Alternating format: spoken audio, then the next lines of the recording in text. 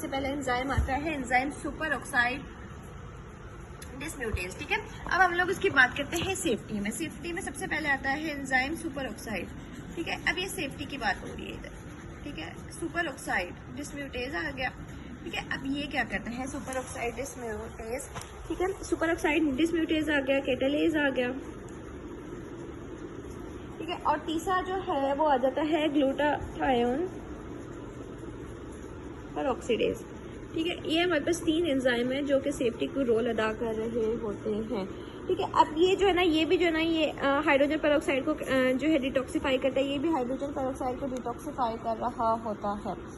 अब उन्हें कहा है कि जेनेटिक डिफेक्ट्स अगर रिएक्टिव ऑक्सीजन स्पीशीज न्यूट्रोफिल्स में नहीं बनती हैं, ठीक है, जैसे हाइपोक्लोराइड आयन हो गया, इसके अभी देखें इसमें जो है ना ये भी याद रखते हैं कि इसमें आयरन अगर हाइड्रोजन पेरोक्साइड के साथ क्लोराइड ऐड करेगा तो हाइपोक्लोराइड आयन अगर हाइड्रोजन ये जो आयरन फेरस आयरन रिएक्ट करेगा तो ये बन जाएगा हाइड्रोक्सिल आयन और ये भी डैमेज होता है। अब जिन केसेस में जो है वो रिएक्टिव ऑक्सीजन स्पीशीज नहीं बन रही, ठीक है, उसमें उस डिजीज में इम्यूनो डेफिशिएंसी डिजीज जिसमें इम्यून सिस्टम बहुत कमजोर होता है वो नहीं कर पाता, सब लोग बोलते हैं chronic granulomatous disease. Chronic granulomatous disease ये याद रखना, क्रोनिक ग्रैनुलोमेटस डिजीज। ठीक है, अब नाइट्रिक ऑक्साइड की बात करते हैं। ये हम लोग ने रिएक्टिव ऑक्सीजन स्पीशीज न्यूट्रोफिल्स में बात की। नाइट्रिक ऑक्साइड की बात करते हैं, ये सॉल्युबल गैस है जो कि आर्जिनिन से बनती है और इसमें नाइट्रिक ऑक्साइड सिंथेज, ये आपको मैं पहले अब सारा बताती हूँ। 3 डिफरेंट टाइप के जो है ना नाइट्रिक ऑक्साइड के जो है ना वो एंजाइम्स होते हैं जो कि कन्वर्ट करते हैं, इसमें रोल अदा करते हैं नाइट्रिक ऑक्साइड में। 3 हम लोग बात करें,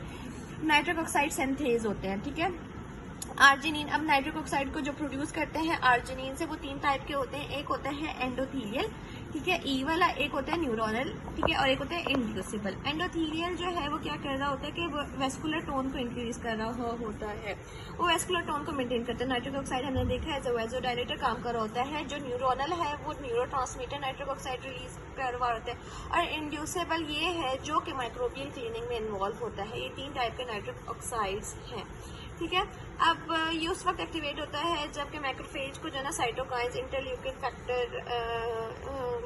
फैक्टर नेक्रोसिस गैमा जो एक्टिवेट कर रहा होता है, तब ये याद रखना, ये इंपॉर्टेंट है। IFN जब इसको मैक्रोफेज को ये वाला फैक्टर जब वो करता है ना एक्टिवेट कर रहा होता है तब जाके फिर जो है वो नाइट्रिक ऑक्साइड जो है ना इसमें इंड्यूसिबल होता है आर्जिनिन से। ठीक है, ये रखना IFN गैमा ये।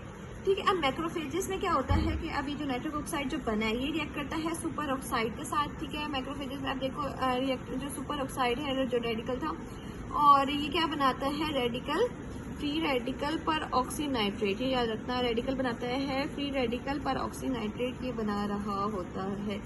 अब ये जो ठीक है, अब ये भी जो जाके अटैक करते हैं माइक्रोब्स वगैरह को। अभी देखा जाएगा इन एडिशन टू माइक्रोबाइसाइडल सब्सटेंस जो नाइट्रिक ऑक्साइड है ना एंडोथीलियल सेल से हम लोग ने देखा था वो वेजोडायलेशन करवा रहा होता है। अब पहले आप नाइट्रिक ऑक्साइड मैक्रोफेजेस में इसका रोल देख लेते हैं। ये देखो इसमें जो है ना इंड्यूसिबल, एक तो ये है कि इंड्यूसिबल 2 इसमें एंजाइम्स इन्वॉल्व हो जाते हैं। एक तो इंड्यूसिबल नाइट्रिक ऑक्साइड सबस्ट्रेट है जो आर्जिनिन से जो है ना वो नाइट्रिक ऑक्साइड बनाते हैं, और पेकोसाइड ऑक्सीडेज हम लोगों ने देखा है जो वो oxygen free radical reactive oxygen species ये दोनों मिल के जो है वो बनाती हैं, रेडिकल बना रही होती हैं, जिसको नाम है ठीक है फ्री रेडिकल पर ऑक्सीनाइट्रेट ये रेडिकल बना रही होती हैं। अब ठीक है, अब हम लोग ने 2 पढ़ लिए कि हम लोग ने इसके सारे उसमें से वो पढ़ लिए 2 के। अब हम लोग ने पढ़ना है granular enzymes and other proteins. अब ग्रैन्यूल्स कौन कौन से होते हैं जो नाइट्रोफिल्स में या मैक्रोफेजेस में पाए जाते हैं।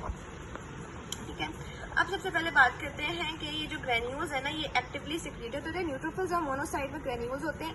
ठीक है, ग्रैन्यूल्स होते हैं जिसमें एंजाइम्स होते हैं। एक में हमने एंजाइम पढ़ा है कि नाइट्रोफिल में जो है एजोफिलिक ग्रैन्यूल है, उसमें एजोफिलिक ग्रैन्यूल है। ठीक है, उसमें जो है वो एंजाइम है वो माइलोपेरोक्सीडेज है।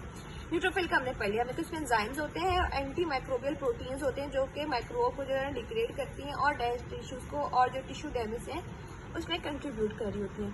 ये एक्टिवली सिक्रेटेड होती हैं।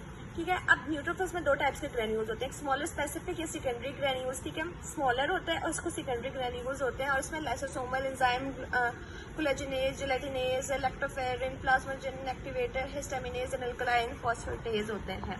कोलेजिनेज हो गया, gelatinase, lactoferrin, plasminogen activator, histaminase, alkaline phosphatase, ये सारे होते हैं। और दूसरा जो है वो लार्जर एजोरोफिल या प्राइमरी ग्रेन्यूल, जिसमें माइलोपेरोक्साइडाइज होते हैं, और इसमें बैक्टीरियासाइडल फैक्टर्स होते हैं, बैक्टीरियासाइडल फैक्टर्स, जिसमें हम लोग डिफेंसिव हो जाता है